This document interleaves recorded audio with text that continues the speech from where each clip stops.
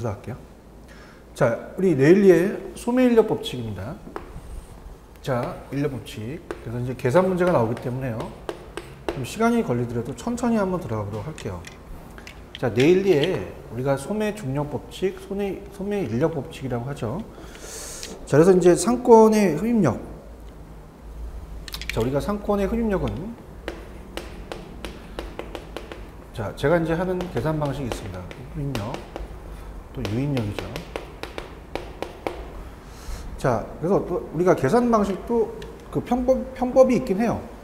만약에 나중에 우리가 이제 예상 문제 같은 거 풀거나 이럴 때 아니면 제가 그 한번 특강을 할 때 또 그 편법을 이용해서 푸는 방법을 또 가르쳐 드리도록 하겠습니다. 근데 이제 그 일단은 그 상권에 대한 흡입력은, 자, 이렇게 가시라 그랬죠. 우리가 편법이 B가 영어로 레인이었습니다. 그래서 레일리는 인구의 비례다, 이렇게 오시라 그랬죠. 그래서 인구는 많아야 되잖아요. 인구가 많을수록 좋으니까 인구에는 비례하고요. 자, 거리 제곱엔 반비례하죠. 거리의 제곱엔 반비례한다. 그래서 거리는 가까워야 되니까 당연히 반비례한다는 얘기입니다. 이걸 가지고 응용해서 문제를 한번 풀어볼게요.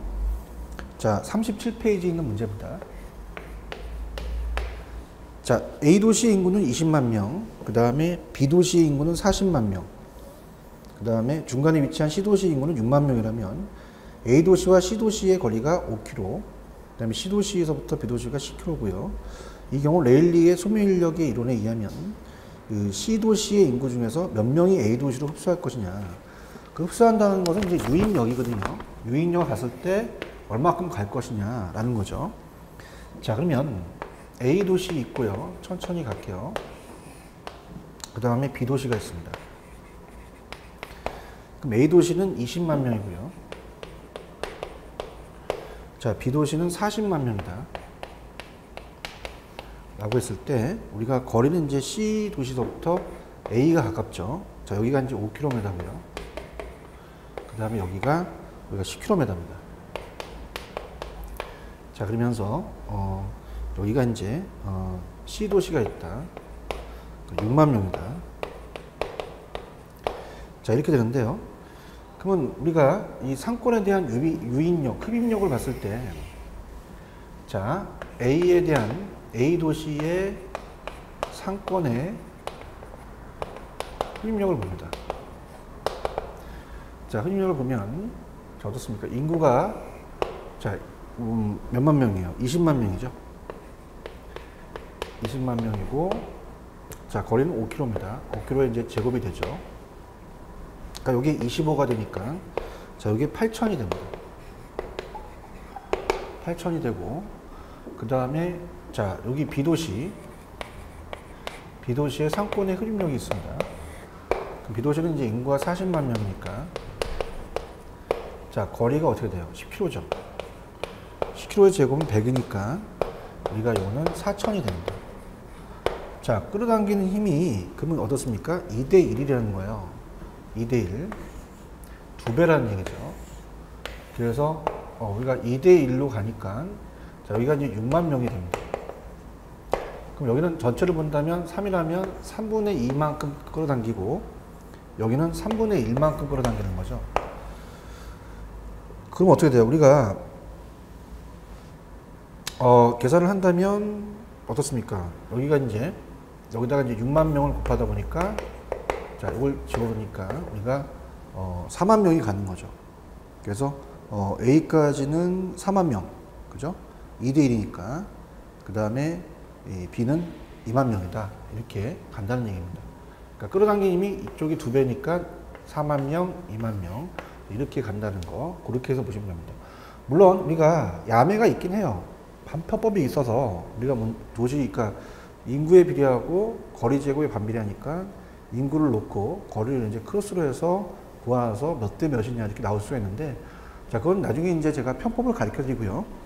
그냥 이렇게 해서 FM대로 푸세요. 그죠? 그래서 이렇게 해서 우리가 A로 갈 유인에 대한 인구와 B로 갈 인구는 어떻게 되느냐. 그래서 A는 2배니까 4만 명, 2만 명 이렇게 된다. 그렇게 염두 체크하시기 바랍니다. 그다음에 이제 컨버스 모형이라는 게 참 어려워요. 컨버스 모형. 그러니까 분기점 모형. 지금 이 레일리에 대한 이론을 이 컨버스의 법칙이 수정 이론이에요. 그러니까 레일리는 이 분기점을 처음으로 경계점을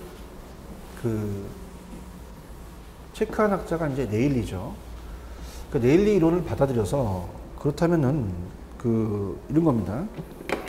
자, 우리가 이제 지금 만약에 지금 보고 있는 문제를 풀 때, 자, 컨버스의 이제 수정 이론입니다. 수정 이론이라는 것은 레일리 이론을 수정했어. 그래서 컨버스의 법칙이라고 하고, 자, 이걸 이제 분기점 모형이라고 얘기를 해요. 자, 이왕할 거 밑에 문제를 보면서 그걸 가지고 우리가 따져볼게요. 자, 이렇게 됩니다. 민주는 서울시 인구 1000만 명과 인천시 인구 25만 명 사이에 부천시에 살고 있다. 민주가 살고 있는 집은 서울시에 24km, 인천시에는 12km 떨어진 곳에 위치하고 있다. 컨버스의 수정 소매인력 법칙을 적용했을 때 민주의 쇼핑 행동을 설명하여라. 이렇게 돼 있죠. 자, 그럼 무슨 얘기냐. 우리가 일단은 어떻게 돼요? 도시 자체가 이제 틀리기 때문에, 자, 이걸 이제 따진다 보면은 여기 이제 그 문제는 제가 다시 한번 풀어드리고요. 만약에 이제 예를 들어서 자, 이렇게 됩니다. 만약에 A 도시가 딱 떨어져야 되니까 9만 명이다. 그건 이제 저도 이제 풀어드릴 거예요. 풀어드리는데 이걸 한번 보세요. 9만 명이고 만약에 여기가 1만 명이다. B가. 그래서 이제 어떻습니까? 전체가 만약에 20km가 된다. 그럼 어떻습니까? 상권에 대한 분기점에 대해서 거리를 제시한 거죠. 그죠? 그럼 만약에 여기가 몇 킬로 이게 제시를 하는 건데요. 우리가 이제 분기점에 대한 걸 이제 자세히 설명한 다음에 책을 보겠는데요. 분기점과의 거리가 멀다? 그럼 분기점과를 멀으면 이용 확률이 좀 낮죠. 이용 확률이 낮고요. 그 다음에 분기점과의 거리가 좀 가깝다. 그러면 이용 확률은 좀 높겠죠. 그죠? 그래서 이건 또 아까도 말씀드린 상권의 분기점은 끌어당기면 같다는 얘기예요. 그러니까 이 이용률하고 이용률하고 똑같다는 겁니다. 확률 자체가 이제 똑같은데 이 거리를 봤을 때는 그렇다는 거죠. 자, 그러면 이거는 우리가 DA 거리죠. A까지에 대한 거리는 전체의 AB 도시 간의 거리, 전체의 거리를 어떻습니까? 자, 1 플러스 상대편이 올라갑니다. 그래서 D는 거리고요. P는 P풀이에요. P풀입니다. 그래서 상대편이 A가 하고 이제 우리가 B가 올라간다. 이런 식으로 이제 거리를 재는 거예요. 그래서 이제 보통은 딱 떨어지기 위해서 루트 9를 냅니다. 자, 이건 3의 제곱근이죠. 요거가 요거 없어지니까 3이 되고요. 그 다음에 루트 4를 또 내겠죠. 그래서 2와 제곱이니까 이게 없어지고 2가 됩니다. 근데 루트 1이라든지 루트 3이라든지 고음용 계산기를 못 갖고 들어가기 때문에 이런 건 되질 않는다는 얘기죠. 자, 그래서 이제 대입시키면 어떻습니까? 만약에 여기가 20km다. 그 다음에 어떻습니까? 1 플러스 여기가 이제 어떻습니까? 9만이죠. A가. 그 다음에 얘가 1만이다. 그럼 딱 떨어지게 한 거죠. 그럼 어떻습니까? 루트 9분의 1이 되니까. 자, 9라는 건 3의 제곱이잖아. 이게 지워지니까. 자, 이걸 이제 다시 한번 일로 오면. 자, 우리가 20이 되고요. 그 다음에 1 플러스 어떻게 돼요? 3분의 1이 되죠. 그럼 3분의 3, 3분의 1이니까 다시 고치면 20이 되고, 자, 여기는 3분의 4가 됩니다. 그죠? 자, 이걸 곱하면 어떻게 돼요? 우리가 20에다가 이제 역수로, 우리가 4분의 3을 이제 곱하는 거죠. 그럼 3이 60이 올라가고 4가 되니까, 자, 이건 15kg가 됩니다. 그래서 A까지가 15kg 되는 거죠. 그럼 15kg면 여기가 이제 5kg가 된다. 이렇게 됩니다. 그래서 이런 식으로 여러분들 이제 체크해 주시면 돼요. 그래서 이제 뭐 편법이 있긴 합니다. 자, 편법이 있는 거는 이제 이런 식으로 이제 요거는 이제 다른 자격증 시험에서 제가 이제 편법 야매를 가르쳐 드리는데요. 자, 여기를 일로 놓습니다. 그러니까 여기 거리는 아마 주어질 거예요. 그죠? 여기를 일로 놓는다. 여긴 모르겠죠, 20km는. 자, 20km 자체가 이제 뭐, 그러니까 요쪽하고 요쪽하고를 이제 안 주어질 수 있겠죠. 그죠? 그래서 20km다 이렇게 된다면요. 한번 이렇게 한번 맞춰보세요. 만약에 여기가 우리가 어떻습니까? 1이다. 그러면 여기가 더 거리가 멀거든요. 그러면 어떻습니까? 루트를 씌우세요. 루트를 씌워서, 이건 편법이에요. 컨버스라는 것을 제가 알기 때문에 자체적으로 여러분들이 말씀드리는데, 그러면 1보다 크다는 자체는, 크기가 1보다 크다는 자체는 분모와 분자를 봤을 때 우리가 분자가 더 크다는 얘기입니다. 위가 더 크니까 큰 쪽이 올라가요. 작은 쪽으로 큰 쪽이 올라가면 9만 명은 1만 명은 아니기 때문에, 자, 여기는 루트 3이 됩니다. 루트 9가 되니까 이거는 3의 제곱이죠. 우리가 안에는. 그러면 3의 제곱이니까 이게 지워지니까 3대 1이 된다는 얘기예요. 그러면 어떻게 됐습니까? 우리가 이걸 더하면 4죠. 4분의 3, 4분의 1이 된다는 거죠. 그럼 어떻게 됩니까? 4, 5, 20이니까 이건 5kg가 되고 이건 15kg가 된다. 이렇게 맞춰버리면 돼요. 그죠? 그래서 이걸 가지고 한번 응용을 해볼게요. 그럼 이제 이걸 제 거를 이제 인정을 해야 되니까 이제 이 민주에 대해서 이제 여기에 대해서 이제 그대로 이제 대입시킨 다음에 이것도 한번 풀어보겠습니다. 이렇게 대입시킬 수 있는지. 자, 그래서 참 어려워요. 그래서 어렵기 때문에 이제 천천히 좀 해드리는데, 자, 지금 이제 천천히 가볼게요. 여기서 이제 물어보는 거는 민주는, 자, 서울시가 있습니다. 서울시. 여기는 뭐 다 얘기를 했죠. 뭐 분기점에 대해서 다 얘기한 다음에 그거에 대해서 얘기를 하라는 거죠. 표현을. 서울시가 있는데 서울시는 어떻습니까? 1000만 명이고요. 인천시는 만약에 250만 명이다. 딱 봐서 어떻습니까? 지금 이 큰 쪽이 올라가다 보니까 이 4배예요, 4배. 그러니까 4배니까 루트 4라는 걸 먼저 생각을 해보셔야죠. 루트 4. 루트 4라는 걸 이용했구나라는 걸 생각하시면 됩니다. 그래서 여기가 1000, 여기가 250. 자, 분기점은요, 작은 쪽에 가깝다고 말씀드렸어요. 그래서 여기가 이렇게 됩니다. 그래서 우리가 이 부천시에 살고 있다. 그럼 이 민주가 살고 있는 집은 서울시에서 24km. 당연히 가까운 쪽에, 이 작은 쪽에 가깝죠. 24km고 여기가 12km가 된다. 그럼 어떻습니까? 그죠? 그럼 우리가 전체가 36km가 되겠죠. 이면서 컨버스의 수정 소매 인력 법칙을 적용할 때 민주의 쇼핑 행동을 설명하면, 자, 이건 다 구해준 거예요. 자, 그러면 어떻습니까? 지금 요 식에서 만약에 자, 지금 이 B에, 자, 내 컨버스 레일리 법칙을 소매 인력 법칙을 수정해 두 도시 간의 두 지역 간의 상권의 분기점을 계산할 때 분기점 공식을 제시한다면, 우리가 도시 B, 자, 도시 B, 도시 B에 대한 게 아니라 이제 여기서는 서울시로 봤을 때 서울시까지의 거리죠. 그러니까 서울시에서의 분기점과의 거리, 이렇게 가야죠. 그럼 여기가 36km잖아요. 36km고, 자, 이래다가 피플이 이제 어떻습니까? 서울이 이제 여기 내려오겠죠. 이건 이제 헷갈리니까 그냥 하지 않겠습니다. 그죠? A와 B는 이제 인천시와 서울시니까 요 기호를 하게 되면 굉장히 힘들죠. 그래서 여기는 그냥 서울시와 인천시까지의 거리, 도시간입니다. 그럼 서울이 이제 내려오고, 자, 어떻습니까? 그 다음에 인천이 올라가겠죠. 자, 그럼 어떻습니까? 서울이 아까 1000이었고요. 인천이 250이었죠. 그러면 이거는 4분의 1이잖아요. 4분의 1. 자, 그럼 이걸 계산하면, 자, 루트 4분의 1이니까 2의 제곱이니까 2분의 1이 됩니다.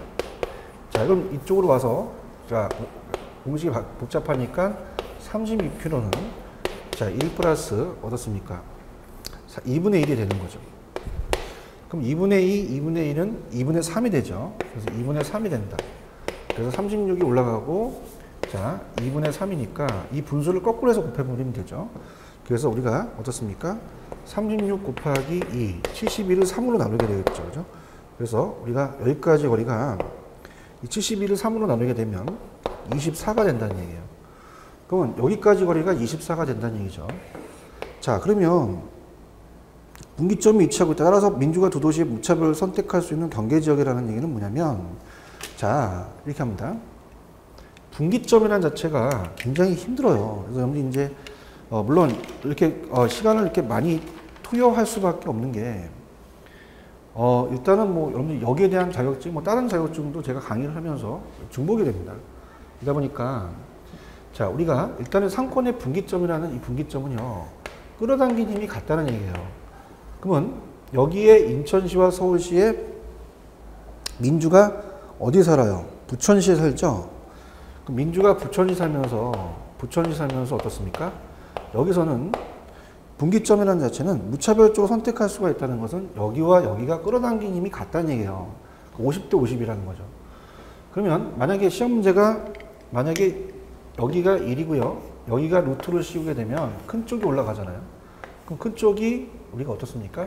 1000이 되고 작은 쪽이 250이 되니까 큰 1보다 더 멀어야 되니까요. 그럼 이거는 우리가 4가 되니까 노린 거죠. 루트에다 4니까 이거 지워지니까 2라는 얘기예요. 그럼 2대 1 떨어졌다는 얘기입니다. 그죠? 그러면은 전체 거리가 36km다? 그럼 36km에 더해서 3분의 2, 3분의 1로 보시면 돼요. 3으로 나누니까 12km가 24km가 된다는 거죠. 그죠? 얘가 10이면 내가 2배라는 얘기예요. 이런 식으로 우리가 체크를 하시면 됩니다. 하나의 편법이죠. 그죠? 그래서 일단 내용을 보면 컨버스 수정이죠. 분기점 모형이라고 하는데 수정입니다. 수정 이 소매인력 법칙 들어갑니다. 컨버스는 두 도시 사이의 거리가 분기되는 중간 지점의 정확한 위치를 결정하기 위해서 네일리 소매인력 법칙을 수정했어요. 그러니까 네일리는 상권의 경계를 처음으로 구분했고요. 자, 얘는 그 거리를 재낙자예요. 그럼 어떻게 외우시냐? 얘는 학교 다닐 때 컴파스를 배우셨잖아요. 컴파스를 이제 우리 그려봤잖아요. 컴파스나 컨버스랑 비슷하죠. 그래서 거리를 쟀다. 그래서 거리가 멀어짐에 따라 구매 이동이 줄어드는 현상을 거리 감소 함수로 파악해서 거리와 구매 빈도 사이의 관계를 여기에 지수 함수의 관계를 노출했어요. 그래서 컨버스의 제일 법칙은 경쟁 도시인 A와 B에 대해서 어느 도시로 소비자가 상품을 구매하러 갈 것인가에 대한 상권 분기점을 찾아내는 것입니다. 그래서 주로 선매품과 전문품에 적용되는 모델이에요. 그래서 이 편의품에는 적용이 안 되겠죠. 그래서 이제 얘는 시험 문제에 자, 선매품과 고를선, 고골파는 전문품점, 전문품점이잖아요. 전문품점에 우리가 사용되는 거죠. 전문품. 그러면 이제 우리가 즉 생수 100원짜리 이제 아끼려고 싸다고 다른 데로 움직이진 않잖아요. 그죠? 그래서 이런 것들. 그래서 컨버스의 제2법칙은 소비자가 소매 점포에 지출하는 금액이 거주 도시와 경쟁 도시 어느 지역으로 흡수되는가에 대한 것으로 중소도시에 대해서 그 중소도시의 소비자가 선매품을 구입하는데 있어 인근 대도시에 얼마나 유출되는지 설명해 주는 거예요.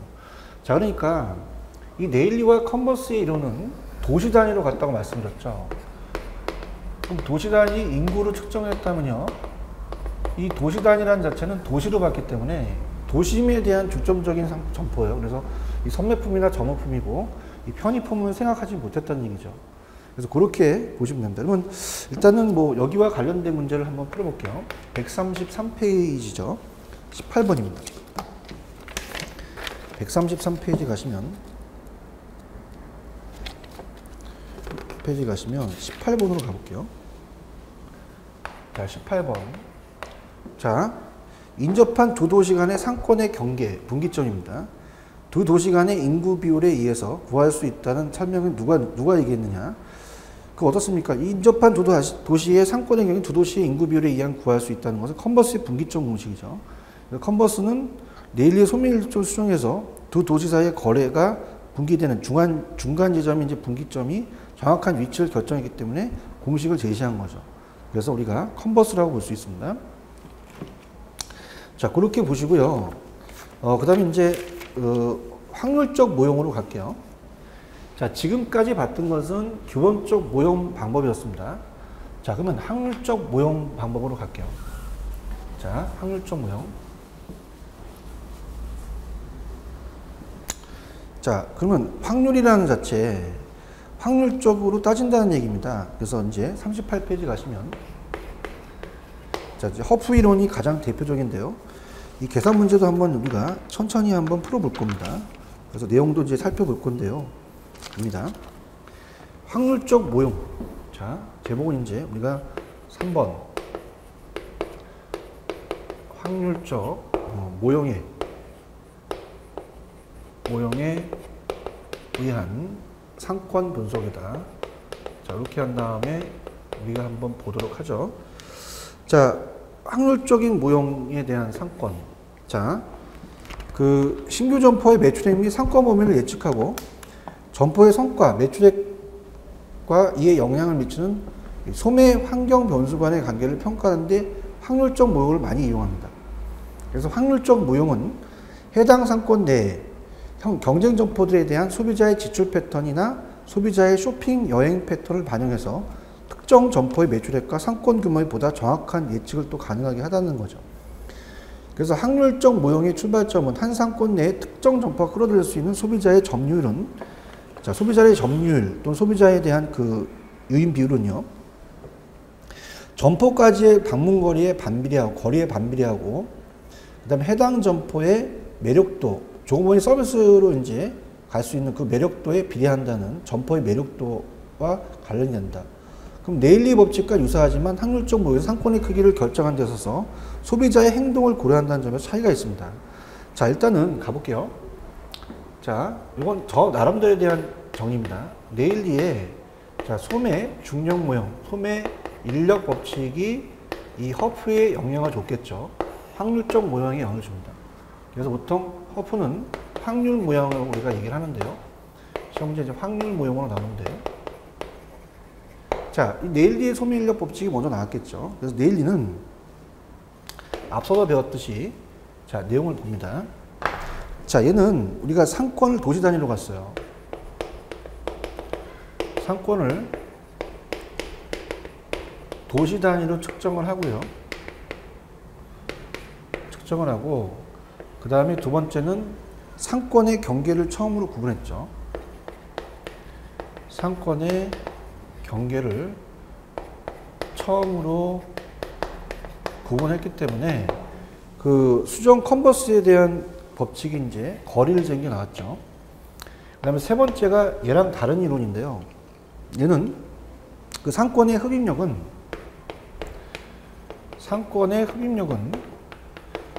도시 단위로 갔죠. 그러니까 인구로 봤습니다. 인구에 비례하고 거리 제곱에 반비례한다, 이렇게 얘기했죠. 근데 자, 허프는요, 자, 좀 정리를 해보면요, 얘는 이제 상권을 도시 단위가 아니라 그 도시에도 그 점포가 여러 가지가 경쟁이 있을 거란 말입니다. 그러면 하나 또 보시면 네일리는 딱 2개 도시만 갔어요. 컨버스랑. 근데 이 도시 안에 매장이 하나가 아니라 여러 개가 경쟁 업체가 있을 거란 말이에요. 그래서 그걸 따진 거죠. 그래서 얘는 상권을 점포 단위로 갑니다. 상권을 점포 단위로 간다. 그래서 점포 단위로 조금 세분하게 된 거죠. 점포 단위로 측정합니다. 그래서 이제 허프를 문제를 풀면 거의 다 점포 단위로 시험 문제가 나와요. 그 다음에 이제 또 중요한 건 소비자의 개성을 강조하죠. 소비자의 개성을 중시한다. 그러면 세 번째는요, 어떻습니까? 그만큼 상권에 대한 유인력, 좀 약간 차이가 있기 위해서 유인력으로 할게요. 유인력은 어떻습니까? 우리가 인구가 아니라 매장 면적이에요. 매장 면적에 비례하고 거리의 제곱이 아니라 모수라는 얘기를 쓸 텐데 보통 이제 타 자격증에서 이제 마찰계수라고 나옵니다. 마찰계수. 그래서 이제 마찰 계수나 이제 여기서 표현하는 것은 이제 모수라고 이제 표현을 할 텐데요. 이렇게 돼요. 그러니까 그 네일리의 소매인력 법칙이 앞서서 얘기했던 게 이제 편의품을 얘기하는 게 아니라 전무품이나 아니면 어떻습니까? 좀 전에 이제 우리가 전무품이나 그 선매품 같은 것들을 얘기했죠. 도시 다니니까. 편의품에 대한 걸 생각 못 했죠. 우리가 만약에 그 100원, 생수 100원 아끼려고 멀리까지 가지는 않는다는 얘기입니다. 그 다음에 이제 얘는 옛날에 소매인력 법칙은 만약에 A 도시가 있고 B 도시가 있다. 도시 단위로 갔죠. 그래서 우리가 만약에 4만 명이고 아까 했던 게 1만 명이다. 이렇게 기준을 놨어요. 그러면 인구가 크고 그 다음에 어떻습니까? 거리가 가까우면 갈 수가 있다는 얘기죠. 그래서 1만 명이다. 그러면 만약에 C 마을이 있다. 그럼 C 마을은 당연히 여기가 1km, 여기가 3km 떨어지면 1로 간다는 얘기예요. 근데 자, 이 허프는 이런 얘기를 해요. 만약에 여기 산이나 강이 있을 수 있다. 자, 옛날에 상권이 어떻습니까? 자연적인 것에 의해서 강이나 산에 따라서 이제 또 상권에 대한 게 있을 수 있다 그랬잖아요. 그러면 산이 있으면 그걸 넘어가는데 시간이 걸리고 강이 있으면 그걸 우리가 나룻배로 실어달라야 되기 때문에 그만큼 시간적 거리가 많이 들어간다는 거죠. 그래서 이 허프는 자, 이건 아니다. 이 모수라는 게 있을 것이다. 영향을 주는 게. 그래서 그거에 따라서 마찰 계수에 대한 어떤 시간적인 것을 봐야 된다. 그죠? 우리가 거리 제곱은 평지를 얘기할 때 가거든요. 그래서 그런 식으로 이제 제가 설명하고 갈게요. 자, 그러면 어때요? 우리가 그 밑에 디귿번에 보시면 확률적 모형의 근거가 공통점은요. 이 허프란 확률적 접보 선택 모형은 루스라는 학자도 있었어요. 선택 공률의 이론적 근거를 둬서 개발된 건데요. 루스 모델도 어떤 소비자가 점포, 그냥 I라고 할게요. 오른쪽에 I가 나오고, I를 선택할 확률과 그가 고려되는 점포 대안들이 개별 효용의 총합에서 대한 점포 I 효용의 비율에 따라서 결정이 된다는 겁니다. 그죠? 그러니까 우리가 이따 문제를 풀겠지만은 확률론이라는 것은 결정론적, 우리가 어떻습니까? 우리가 어떤 점포를 결정해 놓고 가는 게 아니라 그 도시의 소비자가 원하는 것은 이 거리와 그 다음에 이 매장 면적에 자기가 원하는 개성이 있기 때문에 거기에 따라서 갈 수가 있다는 얘기예요. 자, 그러면 자, 이 계산 문제를 풀기 전에요. 먼저 이 허프의 모형의 의의를 다시 한번 갈게요. 데이빗 허프의 모형은 이 소비자들의 점포 선택과 소매 상권의 크기를 예측하는 데 널리 이용되어 온 확률적 점포 선택 모형입니다. 그래서 우리가 네일리와 컨버스 이론이 즉 상권의 경계점을 모델로 지역이나 특히 이제 도시 단위로 갔죠. 고객 흡입력이 각각의 지역의 인구 규모에 의해서 결정된다는 것으로서 어떤 경험 법칙이었으나 허프는 어때요? 도시 내 소비자의 도시 안에서도요. 공간적 수요 이동과 각 상업 중심지 간에 포괄하는 상권의 크기를 측정하기 위해서 거리 변수 대신에 거주자의 점포까지의 교통시간을 이용해서 모형을 전개했다. 그러니까 이만큼 어떤 이 시간거리라는 거죠. 시간거리로서 그거 어떤 절대적인 거리로서의 평지가 아니라 이렇게 된다면 이렇게 교통시간에 대한 것도 따져봐야 된다. 그래서 오른쪽에 보시면 어때요? 허프 모형의 가정이라는 게 있죠. 그래서 허프 모형은 매장 면적에 비례하고 거리에 반비례합니다. 그죠? 제곱이라는 건 생각 안 했죠. 그래서 소비자의 특정 점포에 대한 효용은 점포의 크기와 점포까지의 거리, 또 시간에 좌우되기 때문에 어때요? 그 거리만 얘기를 한 거죠. 제곱이 아닙니다. 즉 소비자의 점포에 대한 효용은 점포의 매장이 크면 클수록 증가하죠. 그래서 매장 면적에는 비례합니다. 그 다음에 점포까지 거리는 멀수록 시간이 더 많이 걸리죠. 감소하는 것입니다. 그래서 허프의 모형에서 점포의 규모, 점포까지 거리가 시간이 어때요? 소비자의 점포 선택에 영향을 미치는 주요 요인이다. 이렇게 봤습니다. 루스의 모형에 따르면 특정 점포에 대한 선택 확률은 소비자의 방문을 고려하는 대한 점포를 효용의 총합에서 대한 해당 점포 효용의 비율로 이제 표시한다는 자체만 조금 이 지문만 기억하시면 돼요. 자, 그러면 우리가 어떻습니까? 지금 A 도시에 대한 I존에 어떻습니까? 그 자체적으로 거주하는 주민이 선택 대안으로 검토하는 쇼핑 시설은 다음과 같다. 자, I존에서 거주하는 주민들이 C 쇼핑센터에 지출할 것으로 예상되는 월간 의류 구매액을 허프 모델을 적용해서 계산하면 얼마인가? 자, 일단은요, 우리가 전체적으로 이제 먼저 이 지역의 총 예상 매출액을 봐야 돼요. 자, 이걸 이제 풀기 전에, 자, 이 지역의 총 예상 매출액.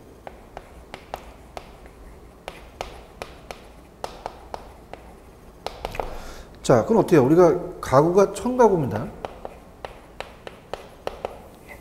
가구수죠.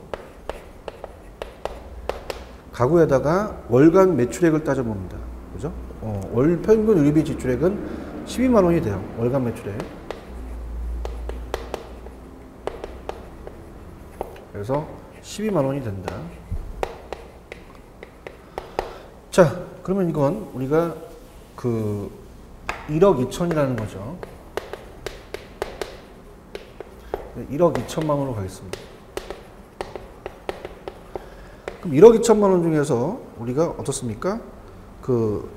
이 C 쇼핑센터에 갈 확률은 얼마냐?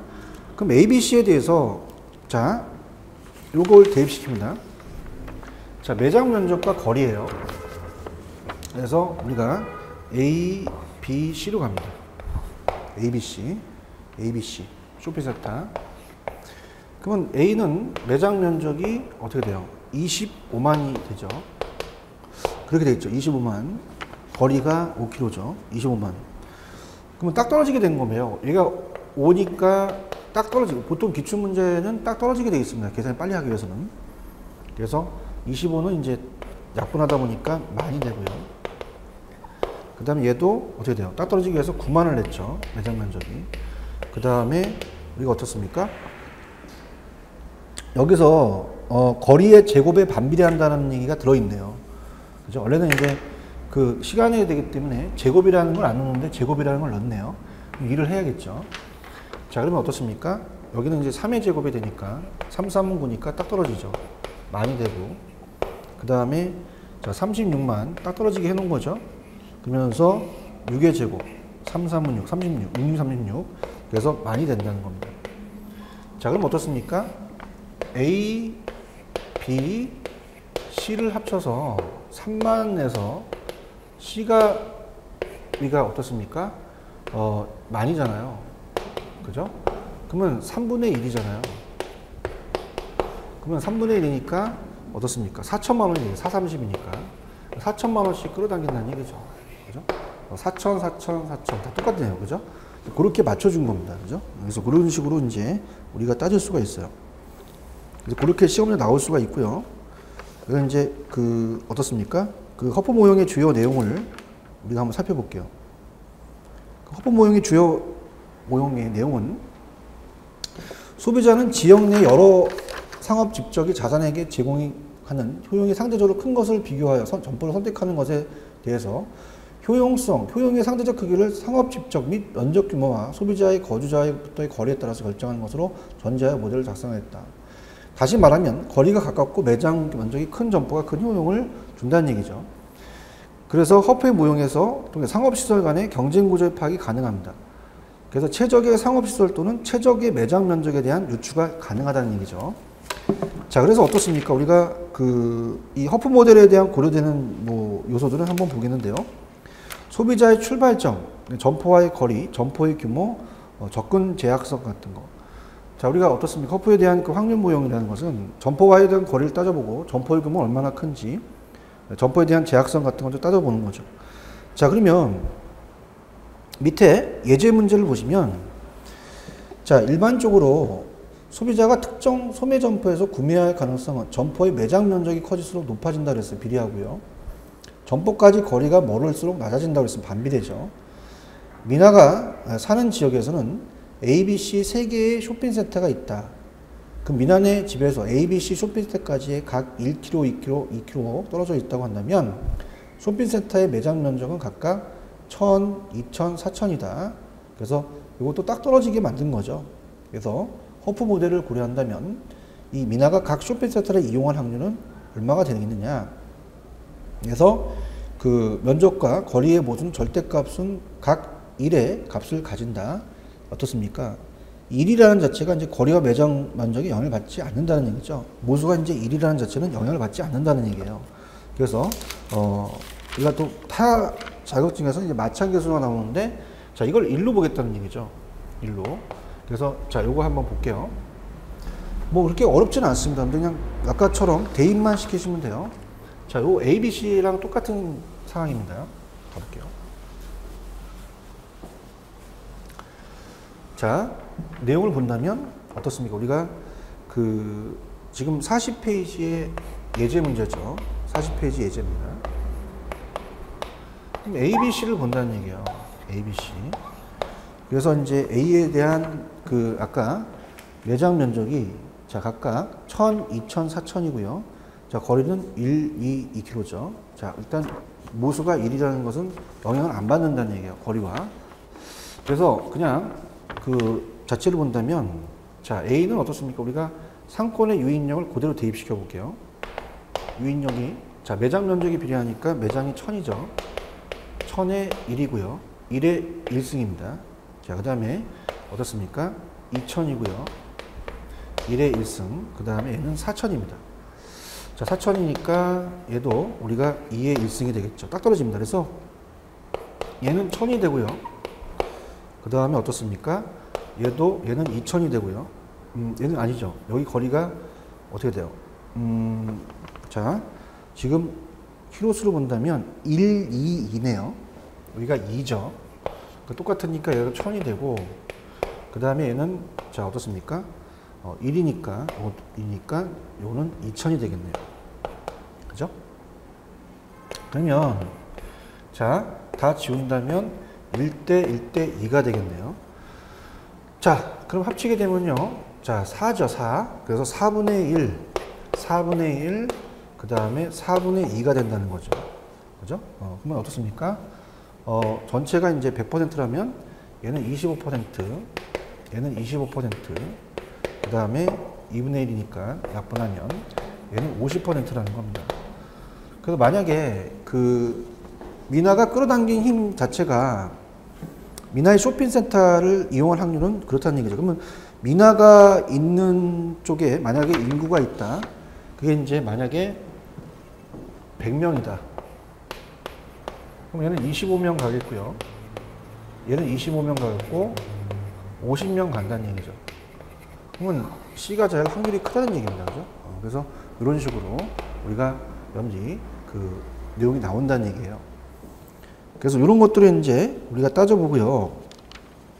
그 다음에 이제 오른쪽에 그 이에 따라서 이제 허프 이후의 수정 모형들은 점포 크기 이외에 점포의 이미지 관련 변수, 대중교통선의 이용 가능성 등 점포 매력도에 영향을 미치는 여러 변수들을 추가하여 예측력을 계산하고 있습니다. 그래서 수정 허프 모형이라는 자체는 자, 이렇게 됩니다.